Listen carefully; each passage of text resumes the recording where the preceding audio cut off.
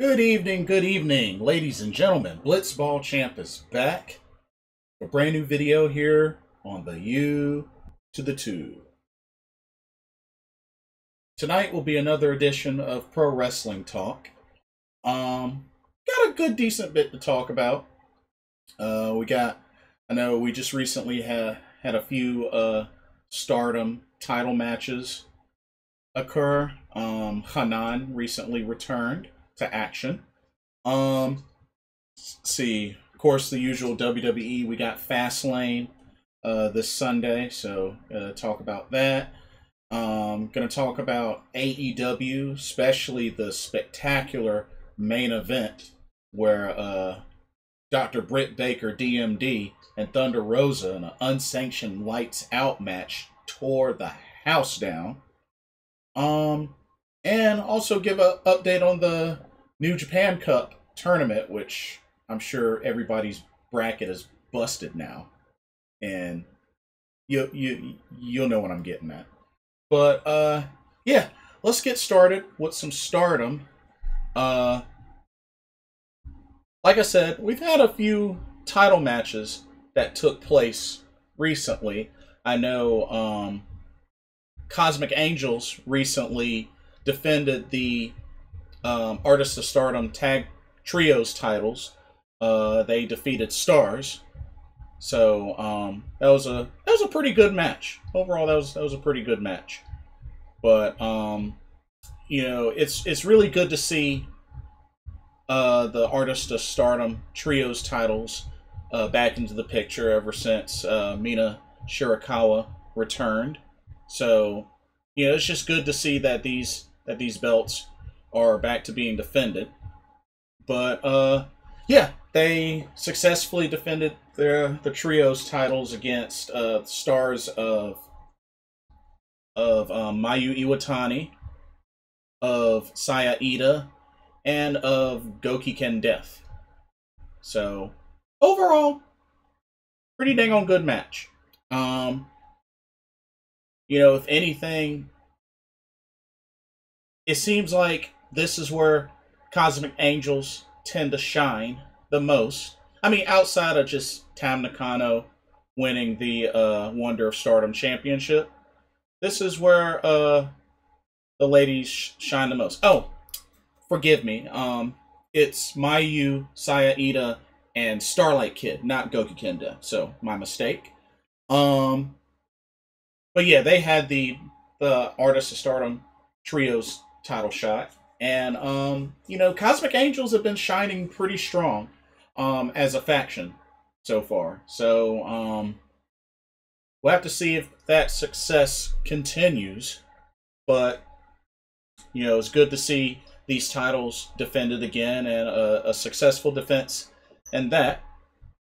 We also saw the Goddess of Stardom tag titles. Himeka and Maika defended against Mina Shirakawa and Unagi Sayaka of Cosmic Angels. And, you know, not surprised at the outcome. The champs retained, Maika and Himeka, as I figured they would.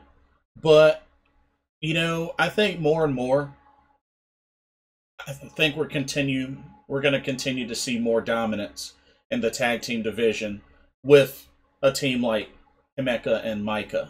You know, they're very strong as singles competitors, and they're showing how strong they are as a tag team. You know, two strong women. I mean, considering they're from Donna Del Mundo, which is a pretty strong faction.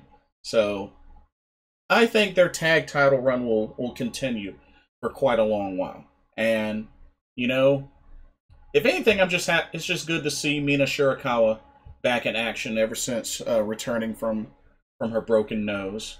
So, it's just really good to see that. One match that I really want to note is that in a three-way between World of Stardom champion Utami Hayashishita, High Speed champion Natsupoi, and Wonder of Stardom champion Tam Nakano, Natsupoi got the pin over Tam Nakano in this three-way. That's a big deal. That's a big deal.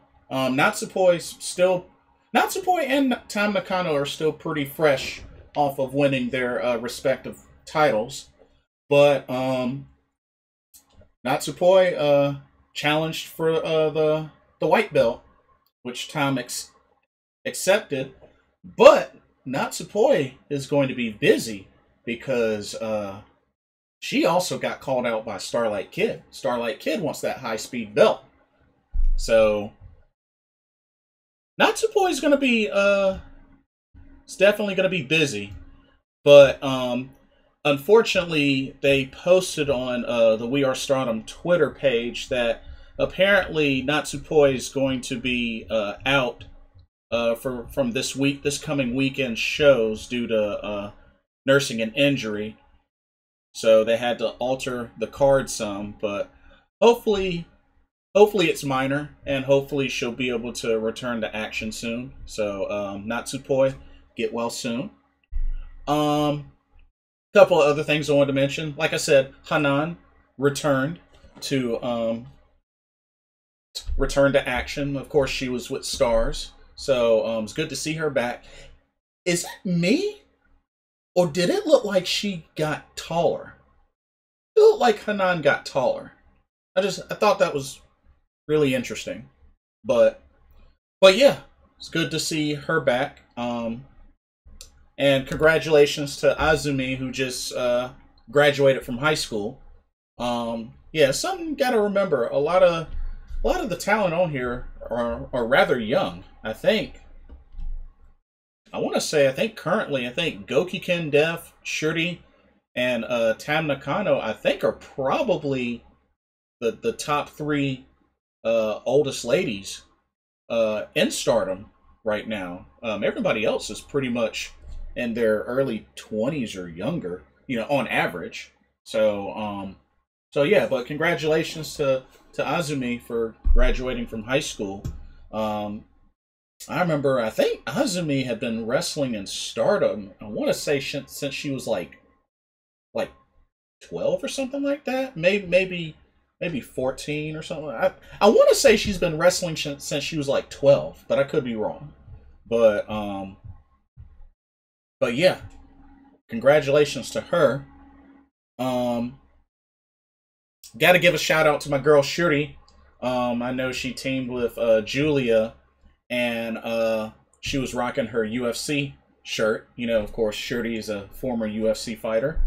But yeah, after Micah and Himeka's successful defense, the Goddess of Stardom tag titles, they want to give a shot to Julia and Shuri. So we can look forward to seeing that being the next Goddess of Stardom tag title match, which, if you ask me, I think is going to end in a time limit draw. But I mean, we'll see. But what do y'all think of Julia's new look? She's kind of got the G.I. Jane look going on. If you ask me, I'd say you give her the spiky blue hair, and she would pretty much be Leona from King of Fighters. But yeah, new look, pretty much same Julia. But yeah, I think it's very interesting that she's kind of putting herself back at the bottom and working her way back up. So that's pretty respectable. But another thing I wanted to point out that's been kind of hot. One, we know recently Ryoka pinned Saya Ida and also challenged her for the Future of Stardom Championship. So that's a feud that we can continue to look forward to. So far, Saya Ida has defended her title, I believe, 3 times so far, or I think this is going to be the 3rd time. But she's been winning her title defenses so far. So we know that trios, a 6-woman tag match took place. It was Oedo Tai versus Stars. It was Oedo Tai's Natsuko Tora, Hiroka, Saki Kashima and they defeated Mayu Iwatani, Starlight Kid, Gokiken Death. Ruoka got the pin on Gokiken Death. After this match, Oedo Tai made a special challenge to Stars. So now that Hanan is back, they proposed a 5-on-5 elimination match where the last person, whoever the last person that's left is that gets eliminated, the last person that gets eliminated would have to join the other faction. That's crazy. Because when you think about it, that last member of either team could be anybody. Could be Natsuko Tora. Could be Mayu Iwatani. You know, if Mayu Iwatani is the last one to eliminate it, she has to join Oedo Tai. You know, if Starlight Kid is the last one to get eliminated, she has to join Oedo Tai. You know, if Natsuko Tora is the last one to be eliminated, she has to join Stars. Or Saki Kashima, who came from Stars before joining Oedo Tai. B Presley. What if she's the last one eliminated? She would have to join Stars. That would be weird. But Starlight Kid and Mayu Iwatani agreed that even if Stars does win and whoever the last one is eliminated from Oedo Tai, they don't want anyway. So y'all, this could be very, very life-changing within this storyline. I mean, because, I mean, you've already had 2 recent members that were Stars that went to Oedo Tai, and Saki Kashima and Ruoka. And also, Rina. It was either Rina or Mina. Rina. Which, of course, we know she was from Tokyo Cyber Squad, and then when they disbanded, she joined Stars, but then she joined Oedo Tai. So, I mean, that's 3. So, I mean, it does make me wonder what could potentially happen from this. I mean, I think Oedo Tai needs to be shaken up some. I really do. I think that needs to be shaken up. You know, maybe somebody in Oedo Tai is like, enough is enough, and turns on Natsuko Tora. But that would be so weird, because, I mean, Ruoka hasn't been with Oedo Tai that long. Konami hasn't been with Oedo Tai that long. Saki Kashima, it's been a little while. B, it's been a little while. But, I mean, it would just look really, really weird to see Starlight Kid or Mayu Iwatani join Oedo Tai. That just would not seem feasible. It would just look weird. Like, I would compare that to, like, honestly, I'm not a big fan of Evil being in the Bullet Club. I honestly liked him a lot better when he was with LIJ. But just, I don't know. Like, with a lot that's been going on with Oedo Tai and members jumping ship to them, I honestly feel like Stars is going to end up winning this war. I think they're going to end up winning this war. Because it would just look so weird to see Mayu Iwatani or Starlight Kid. I mean, heck, even Saya Ida end up being the last member eliminated and having to join Oedo Tai. It would look so weird. But I like this. This is a very interesting stipulation. And I honestly look forward to it. But I don't know. What do y'all think? Y'all think Stars or Oedo Tai is going to win this war? Because this is crazy. This is a crazy setup. This is a crazy match with a crazy stipulation, and it's going to be interesting. It's going to be interesting. But yeah, that's pretty much all that I have for Stardom. But things are definitely looking interesting, especially with the build up between B and Utami, because B wants a shot at the World of Stardom Championship, a title she has held before. Potentially Utami's biggest threat. Definitely biggest threat. So, we'll see what happens. I mean, there are some folks that feel like Utami's title run has been boring. I beg to differ. I think she has earned that title run so far. And, Utami's been the standout, and I believe deep down inside that she's strong enough to carry Stardom on her back as the top title holder.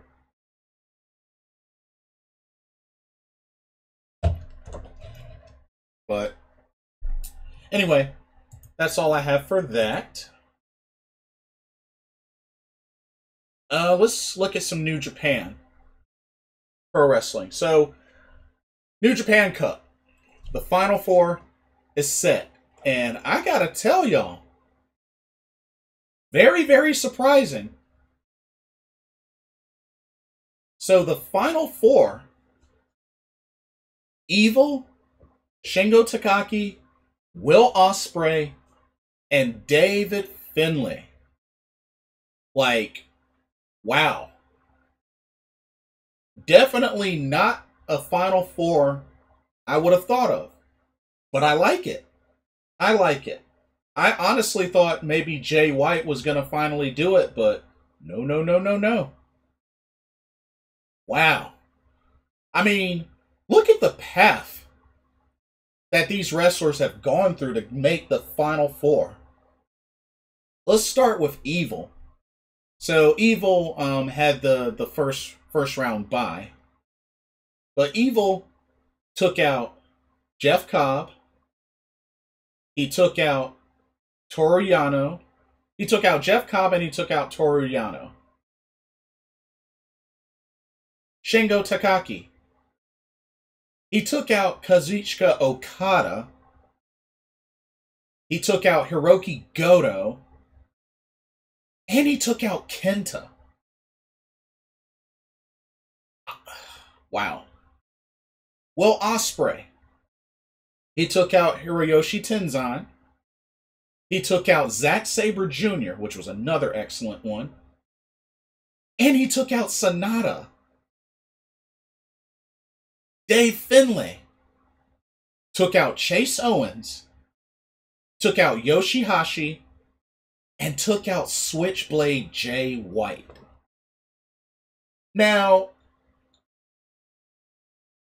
I know it's easy to say that Evil kind of had an easy path, in a way. Which, I mean, there's argument there.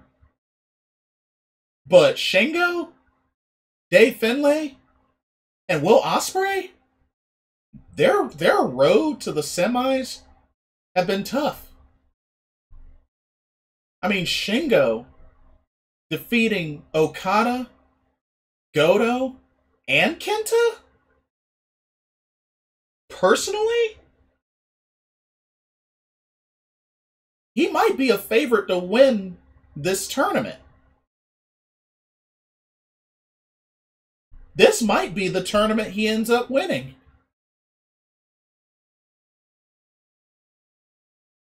But Dave Finlay would be the sleeper. He would definitely be the sleeper for this tournament. And more, like, we're being reminded that Dave Finlay is a dang on good singles wrestler. I mean, I know a lot of us know him right now as part of Finjuice, who just recently dethroned the Good Brothers on Impact Wrestling to win the Impact Wrestling Tag Team Championship. So congratulations to FinJuice. But Dave Finlay shows that he's a dang on good singles wrestler as well. I mean, beating Chase Owens, Yoshihashi, and even the bigger threat, Jay White, Switchblade. It would not surprise me one bit, looking at that, if Dave Finlay somehow pulls this off. I think it would be one of the most memorable New Japan Cup tournaments. Because I have to ask, how many of y'all predicted this bracket, this semifinals matchup? Evil versus Shingo, Will Ospreay versus Dave Finlay. How many of y'all out there can seriously, with a straight face, 100% honesty, predicted these final four? I know I can't say that I have, that's for sure. 1 second. I know I can't say that I have. So, yeah. Y'all, this is incredible. I like what they're doing here. I really like what they're doing here.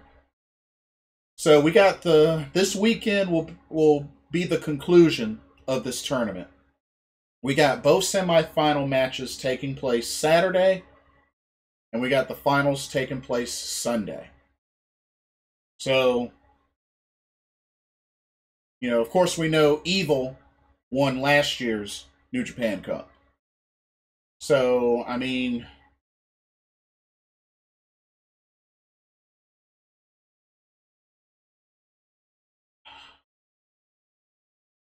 to be honest, it might end up being Shingo versus Dave Finlay in the finals. I would love to see that. I would actually love to see that now. Shingo Takagi versus David Finlay in the New Japan Cup finals. I would love to see that. Because we've all seen Shingo versus Will Ospreay. Remember, they were in the finals of Best of Super Juniors, I believe. And Will Ospreay won that. Shingo was undefeated in that tournament until lost to Will Ospreay. But yeah, I would love to see Dave Finlay versus Shingo Takagi in the finals. So, fingers crossed for that. But man, this is incredible. This is really incredible. I know Juice Robinson gave a big assist in that match between Finlay and Jay White when he got rid of Gato. But I mean, hey, even the odds, Dave Finlay got the victory. So, wow, it's crazy, really, really crazy. But tune in for the semifinals and the finals this weekend, Saturday and Sunday. Should be good. Should be really good. But yeah, okay, that's all for New Japan Pro Wrestling. Let's talk some AEW. We had quite a show this past Wednesday, the St. Patrick's Day Slam. It was definitely very interesting. This rivalry between Penta El Cielo Mero and the American Nightmare Cody Rhodes is definitely an interesting one. It's a very interesting one. They had their match. They had the opening match. It was great. It was back and forth. I know Penta, was taking advantage of Cody's shoulder, and Cody got the roll up victory. Then of course got attacked after the match. Nightmare Family came out. QT Marshall showed up late. So, I mean, I think it's a matter of time before he goes full on heel turn and just either screws the Nightmare faction or or ends up just leaving them all together, like just turning against them in some way, shape, or form. So they're really starting to build that up more and more. So it's only a matter of time. But I'm pretty sure this rivalry between Cody and Penta definitely not over. But it's one of the more interesting rivalries that they've started up. So yeah, this I'm gonna keep my eye out on this one because this is interesting. This is really interesting. Um, got to hear more of Don Callis's mouth as he was dissing the Young Bucks, which I don't like Don Callis at all. But I mean,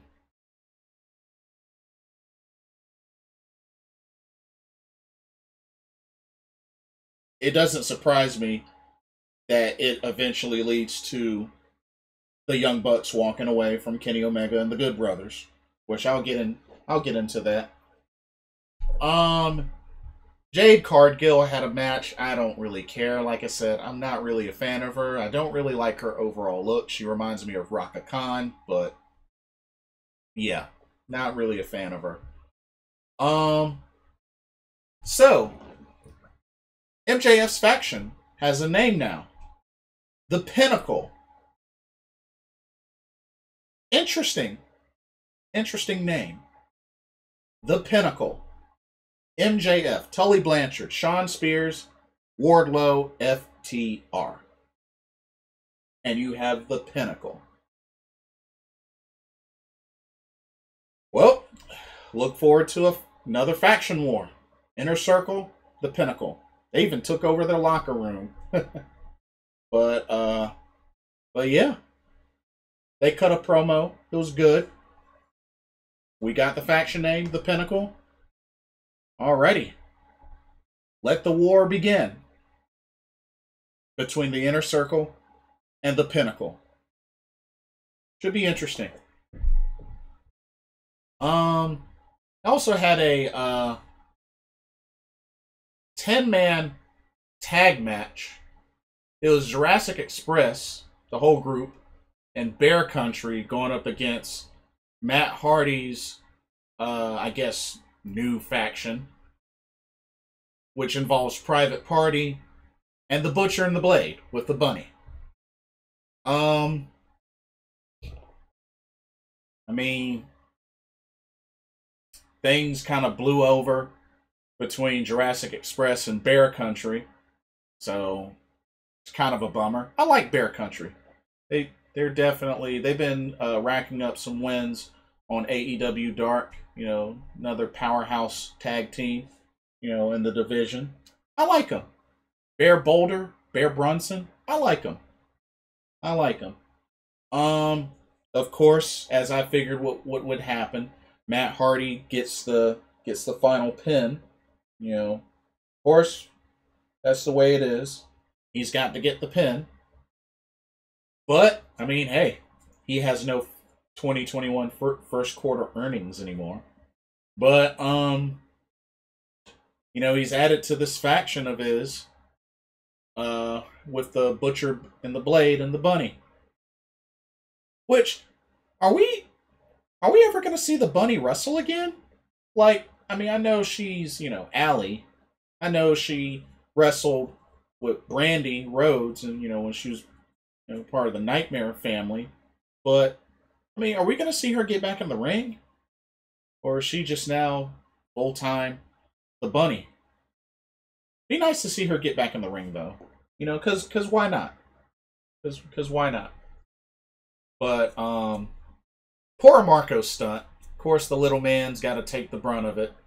Took the pin, eating a twist of fate. But yeah. Christian Cage had an interview. Of course, he wants that AEW World Championship, and Kenny Omega has it, of course. So, I mean, we know we're gonna end up seeing that happen at some point. I don't know if they're gonna just slowly build that up for Double or Nothing, but we know it's going to happen at some point. Kenny Omega versus Christian Cage. We know it's going to happen. So, yeah. And of course, we had the tag team match with reunited Jon Moxley and Eddie Kingston taking on the Good Brothers. Of course, Moxley was not 100%. You know, still pretty beat up, badly bruised, and injured from the AEW Revolution barbed wire death match, exploding without much explosion, especially at the end. Barbed wire death match with Kenny Omega. But Mox got the roll-up pin. But of course, Kenny Omega comes out with chair in hand. Let's see, they messed up Eddie Kingston's ankle, and they were going to mess up Moxley's neck, but out comes the Young Bucks to break up the havoc. Good Brothers, Kenny Omega, they throw up a 2-sweet, and the Young Bucks don't 2-sweet them. They don't join in on the 2-sweet. And that, right then and there, pretty much shows that it looks like that relationship is over. Best friends, were part of the Bullet Club for so long, dating all the way back to Japan. Now that's over. Young Bucks don't want any part of it. So yeah. We'll have to really see how this goes going forward, because I'm pretty sure at some point Young Bucks are going to have to encounter Kenny Omega in a match of some sort, and maybe even the Good Brothers as well in a match. You know, I'm sure there'll be folks that'll join alongside the Young Bucks. We'll see, but I'm pretty sure there has to be more to this that will lead to some sort of showdown involving Kenny Omega and the Young Bucks and even the Good Brothers. But I mean, we'll have to see. We'll definitely have to see. And I guess we saw shades of not only a heel turn, I guess, with Lance Archer, you know, getting upset about Sting getting his time, which, I mean, honestly, it really wouldn't surprise me. I think Lance Archer is better as a heel anyway, so they really should keep him as a heel. But I think we may have been teased a face turn by the Machine Brian Cage as he came out with Team Taz, and he actually acknowledged Sting as the icon. He still has it. He's still the man. And he has respect for him. And that pissed off the rest of Team Taz. So, I mean,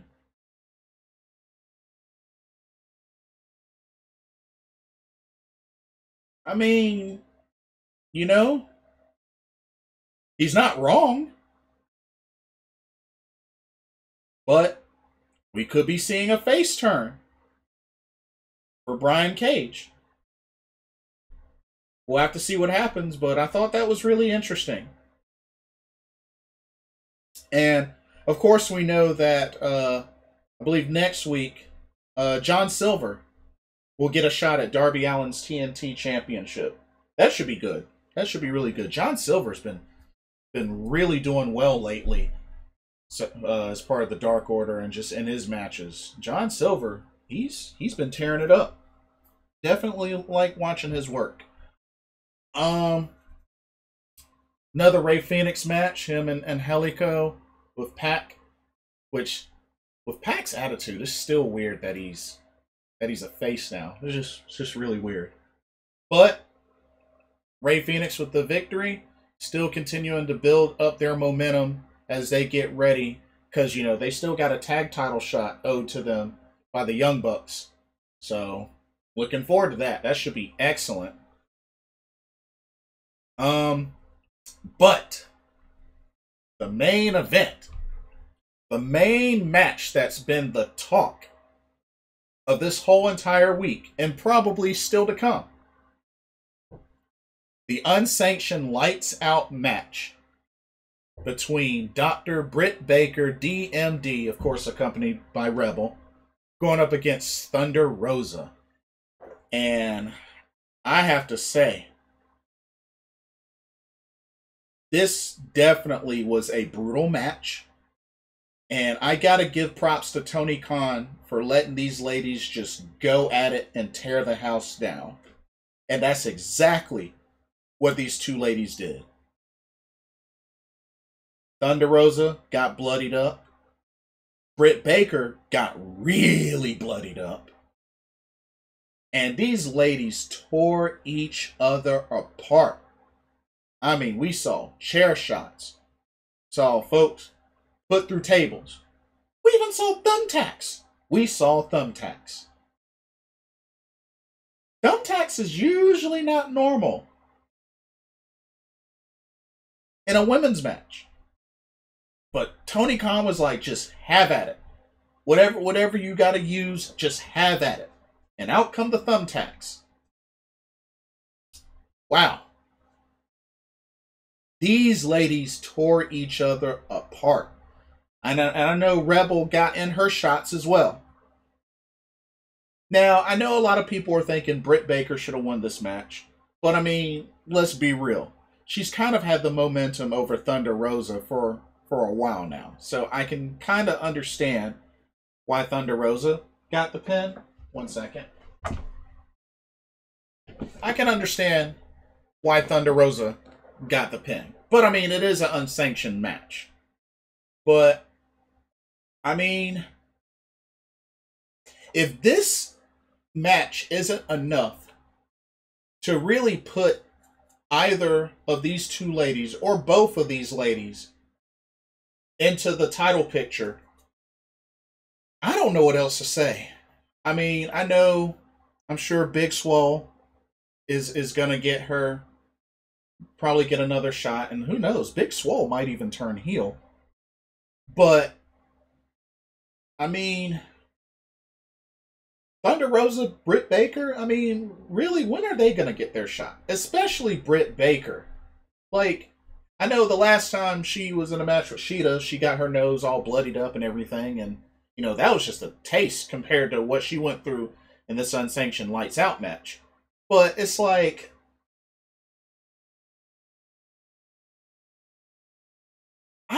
I just don't know. Like, are they just not confident in putting the belt on Britt Baker? Because I gotta be honest, I gotta confess to y'all myself, I was not a fan of Britt Baker for a long time. Ever since I first saw her back in Women of Honor on ROH, I was never really big into her. Wasn't really into her. But after this match, and just with her being, you know, one of the main heels, I've gained a lot more respect for Britt Baker, and she's made me eat my words. And I have no problem admitting that to y'all. Yeah, she made me eat my words. And now, like, I really feel like Britt Baker could be the next AEW Women's Champion.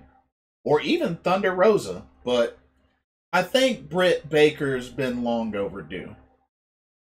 But we'll see what happens. I mean, maybe they'll build something up on the way to Double or Nothing. Because I really think it has to be on that type of platform for Britt Baker to finally become champion. And at least that would be fine at that point. Because at least at that point, Sheeta will have been champion for a year. So she would have broken the record as far as days. She would have broken the record, you know, as far as being champion for a year, I mean. So, something to think about. But these ladies tore the house down. Tony Khan even came down, congratulated them both. The backstage locker room folks, they congratulated them both. And just, Thunder Rosa, she was in tears. Like, these ladies, they tore the house down. And this was AEW's first main event where the ladies were the main event. And they delivered. They delivered. So kudos to AEW. And I can see why they definitely won the ratings battle this week over NXT. NXT really took a hard hit. But kudos to AEW and to Thunder Rosa and Britt Baker. Well done, ladies. Well done. Okay. And we're going to finish off with some WWE. I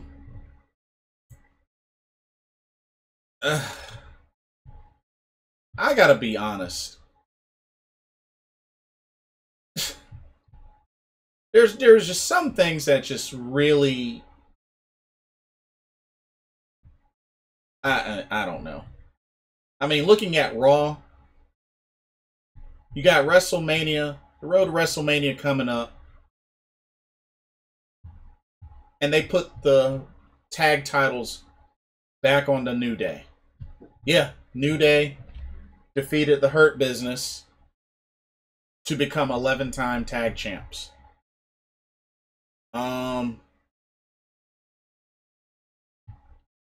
It's really a bummer because I feel like Shelton Benjamin and Cedric Alexander deserve that WrestleMania spot. Even if they were to drop the titles, they could have let them hold the titles up to WrestleMania.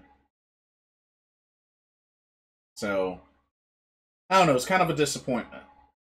It's really kind of a disappointment.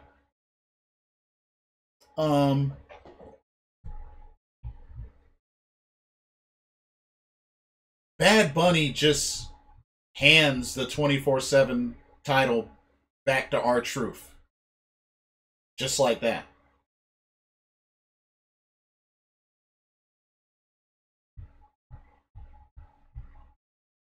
Yeah. They could have done something where they could have had The Miz win the 24/7 championship after hitting Bad Bunny with the guitar shot, but what does he do? He hands over the 24/7 title to R-Truth. But I think deep down, Bad Bunny was like, man, I don't want this piece of garbage. I don't know. That's my thoughts. But oh man.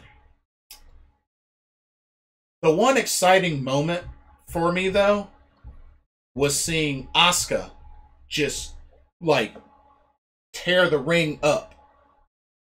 I mean, she took care of both Shayna Baszler and Nia Jax. New teeth and all. And she beat Shayna in just a little under a minute and a half. About a minute and a half. But definitely was under 2 minutes. And, Asuka got the last laugh, even though she wasn't able to, do the damage she wanted to do on Shayna with the exposed turnbuckle because the ref got in the way. Moments like this would be the best opportunity to bring back NXT Asuka. Or, take it even further, bring out Kana. The real Kana. Doesn't have to be her name, but bring out that persona that Asuka's been known for so long. That's what they need to do. This would be the best time to do that. Even if they gotta turn Asuka heel, that's fine. That's fine. But you don't have her in a segment like that. Her taking out both Shayna and Nia by herself, fended off both of them. This is the best opportunity to really turn Asuka loose. Let her be NXT Asuka. Let her be the real Kana. You know, stop giving her these backstage dancing silly moments. Like, enough is enough. Like, put an end to that. Do what Triple H had been doing with Asuka the whole entire time in NXT. Make her a threat again. Make her dominant again. And make it believable again. And that's what they need to do. And this is the best time to do that. Especially with her coming back like this after getting her teeth knocked out and having a concussion. Let Asuka be Kana. Please. Of course, Riddle beat Mustafa Ali. I mean, doesn't surprise me. Lashley defeated Sheamus. But what was really disappointing was Shane McMahon not only taking out Braun Strowman, but covering him with buckets of slime. Really, WWE? That's what you reduce Braun Strowman to? Really? I mean, and part of me takes offense to that because, you know, Braun Strowman's from North Carolina, just like me. But, really? Slime. This ain't Nickelodeon? This ain't Double Dare? This ain't Figure It Out? What the heck? Slime. You slimed Braun Strowman. Really? I mean, Shane O'Mac doing the elbow drop through the announce table. I mean, that's, you know, signature of his. But slime? Come on, y'all.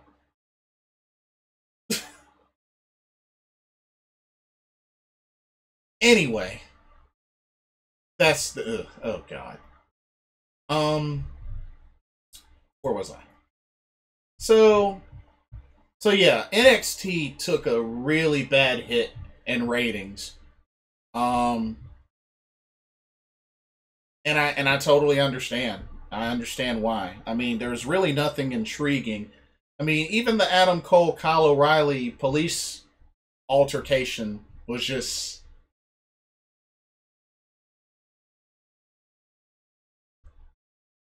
I wasn't impressed. I wasn't impressed.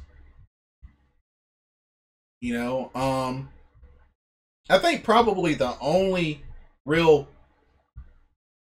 two main highlights that really got my attention were Jordan Devlin showing up and Santos Escobar challenging him Cruiserweight Championship match to crown the real Cruiserweight Champion at Stand and Deliver.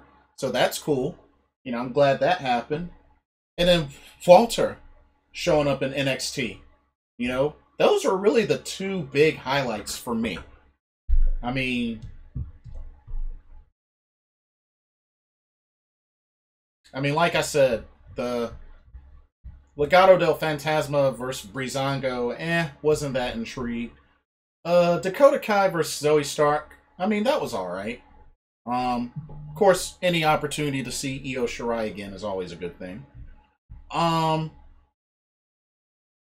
But Walter coming out and, of course, giving that signature deadly knife edge chop to Tommaso Ciampa. Ooh, man. I would hate to take a chop from Walter. But, and of course, LA Knight made his debut. I mean, Yeah, that's nice. But why the heck was a tag team title match booked with Oni Lorcan and Danny Burch against Finn Balor and Karrion Kross? Like, yeah, kind of dumb. Really, really dumb. And there was even a more worse consequence because apparently Danny Burch got legit injured from this match. So, um, Danny Burch got dropped on his neck from Karrion Kross, and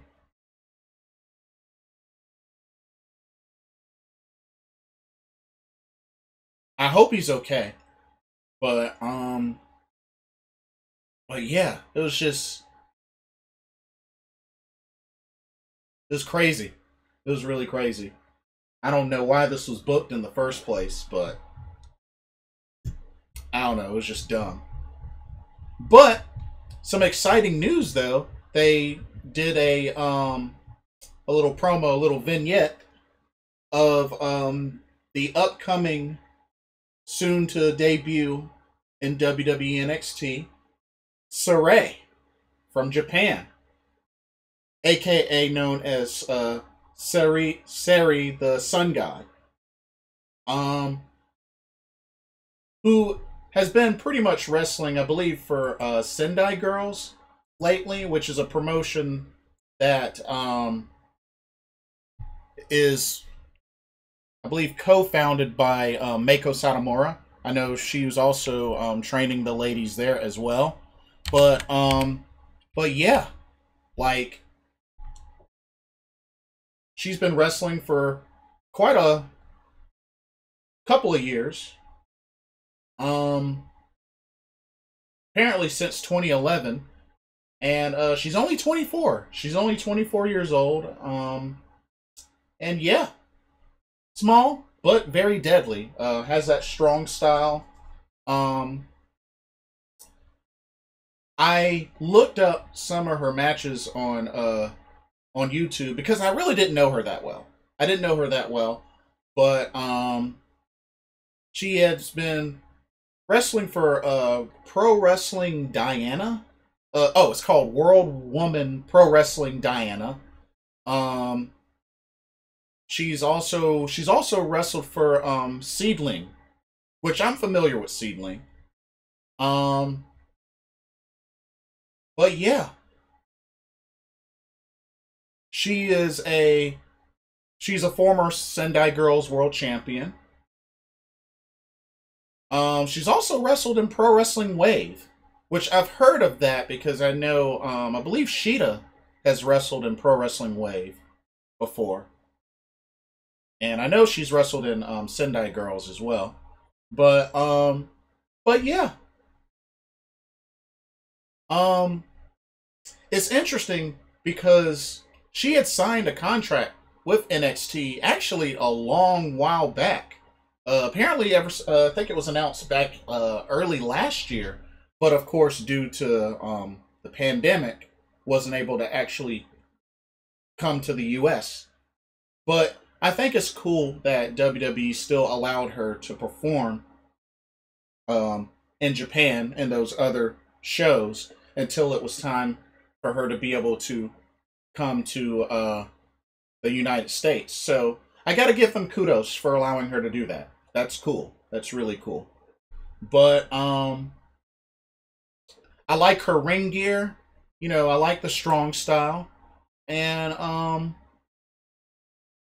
yeah, I mean, she's even faced folks like Aja Kong, Aja Kong, Mako Satomura.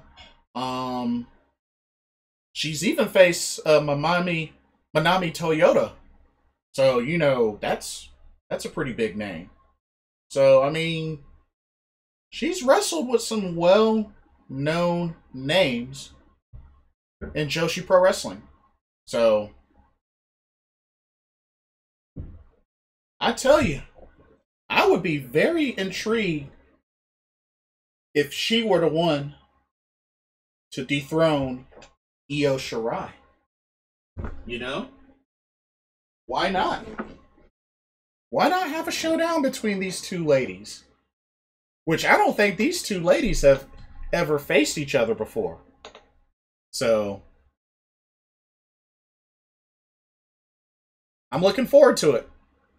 Looking forward to it. Can't wait for her arrival. She looks pretty cool. Um,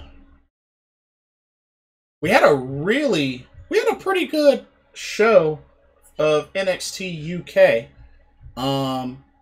Nathan Fraser, aka was Ben Carter, changed his name. Got a victory over Ashton Smith. Meiko Satomura was in action again. Took on Danny Luna. That was a good match. It was a really good match. So apparently Rampage Brown came out and challenged Walter.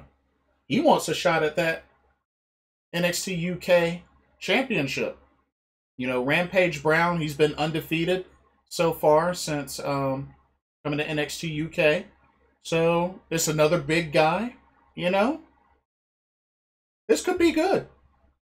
Him and Walter, this should be good. I'm down. I'm definitely down. And we had an incredible Cruiserweight Championship match as Jordan Devlin defended the title against Trent Seven, which, of course, you know, Trent Seven was able to successfully make weight. He was 204 and a quarter pounds. So, of course, he had to be 205 or less to challenge for the Cruiserweight title, which he made the weight. And I tell you, this was back and forth. It was crazy.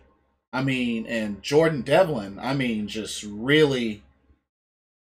I mean, Trent Seven kicked out of Devlin's side.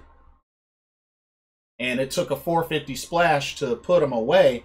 But Jordan Devlin showed a lot of resilience, kicking out of the 7-star lariat and the burning hammer. Like, I honestly thought Trent Seven was going to have it, but of course, when he hit the burning hammer, Jordan Devlin was too close to the rope. So, I mean, these two tore each other apart. And that's the thing that I can appreciate about NXT UK. They still put on good quality matches, you know? But Irish Ace hit a 450 splash on Trent Seven's back to retain the title.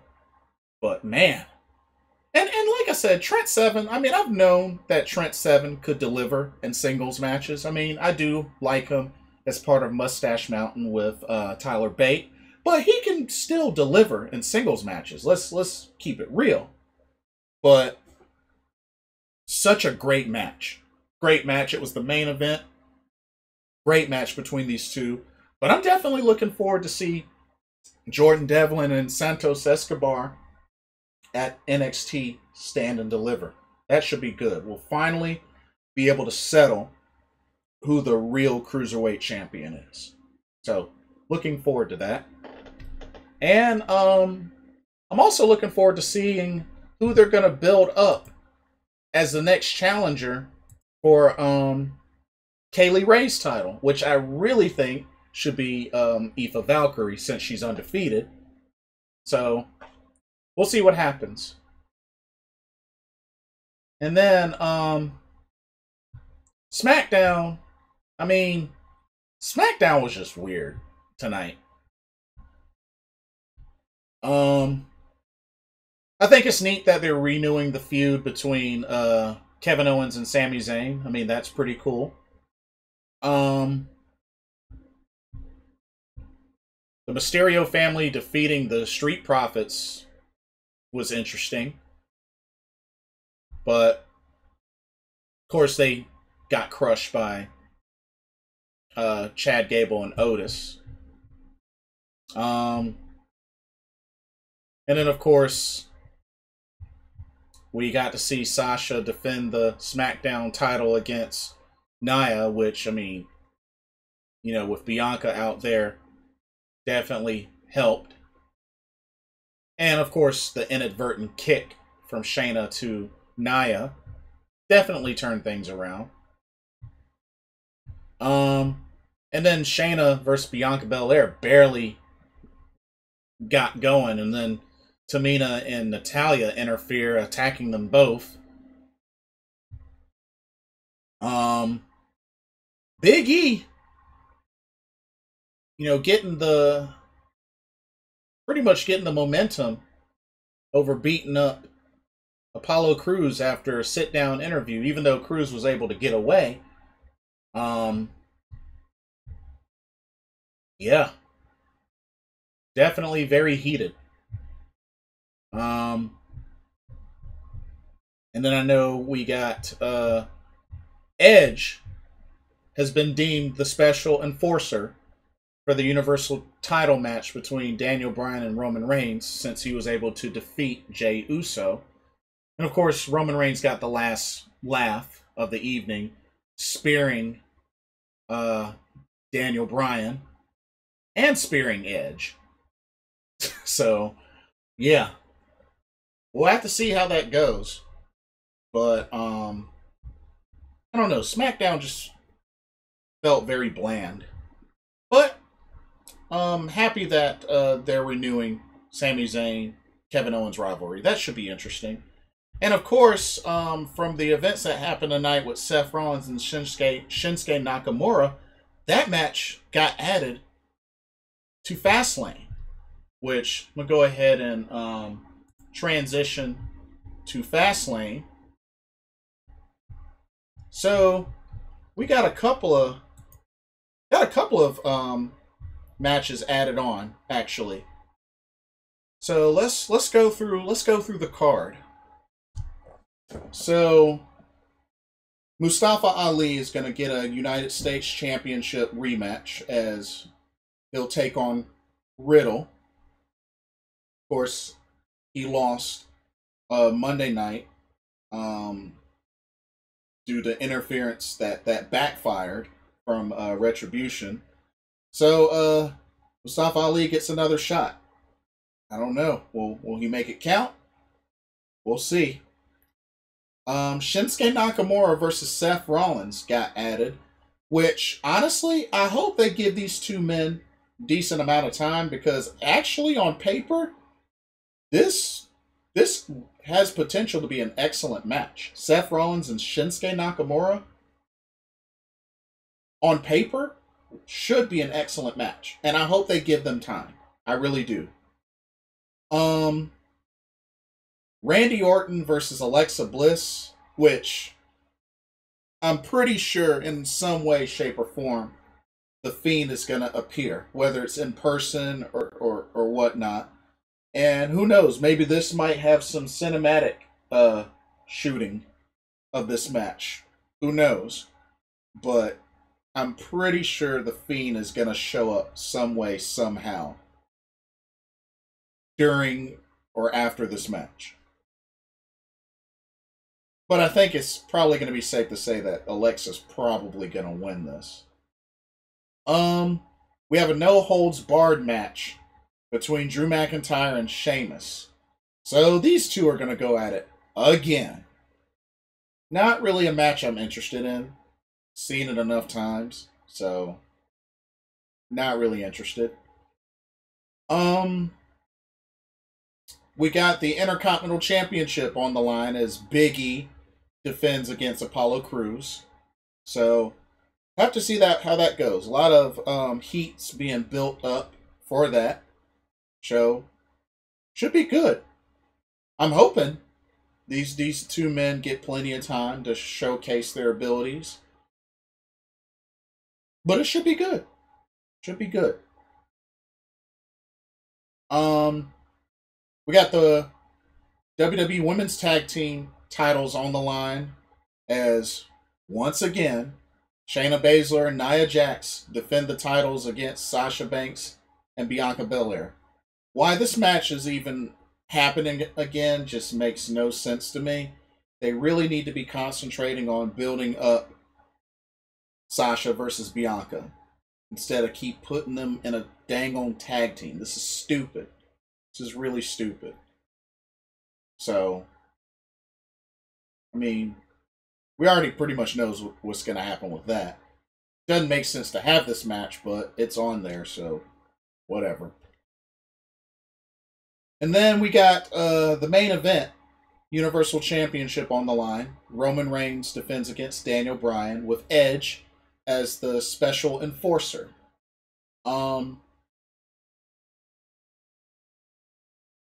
You know, I really feel like something tells me regardless of the outcome of this match, I think it's going to eventually lead to a triple threat at WrestleMania. Instead of Roman versus Edge, it's probably going to turn into a triple threat, adding in Daniel Bryan. I don't like it, but it wouldn't surprise me if that's what ended up happening.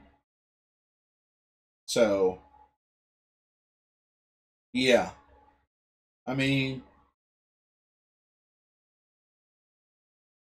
I can't say that I'm excited about this card. Like I said, Shinsuke versus Seth has potential to be good.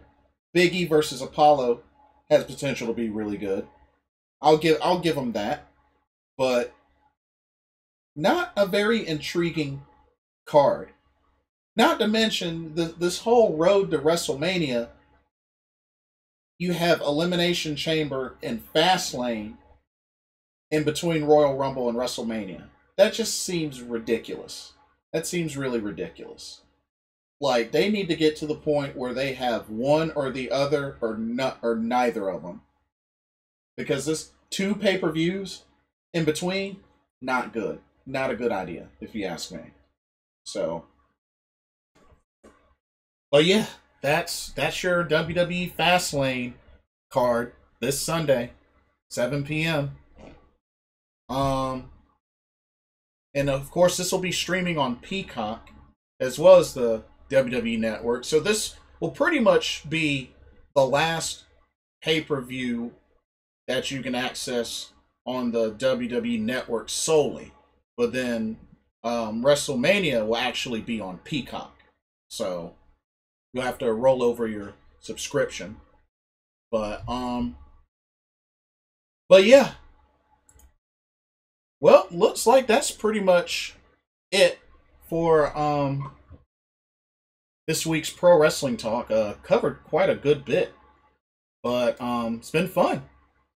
But like, comment, subscribe, click that notification button so you don't miss a video. And let me know what y'all think. You know, who do you think's gonna win the New Japan Cup? What do you think of the Final Four? Did y'all predict the Final Four? Who do you think could potentially switch factions in Stardom in that upcoming 5-on-5 elimination match as the war between STARS and Oedo Tai continues? You know, many possibilities could be happening there. What do y'all think about AEW? How did y'all feel about the Unsanctioned Lights Out match between Britt Baker and Thunder Rosa? NXT took a big hit in ratings. And just Fastlane. What do y'all think of the Fastlane card? Are you excited about it? Let me know what y'all think. Anyway, thank y'all so much for watching. This is Blitzball Champ Jason Ingram signing off. Hope everybody has a blessed weekend, and I will see y'all soon. Laters.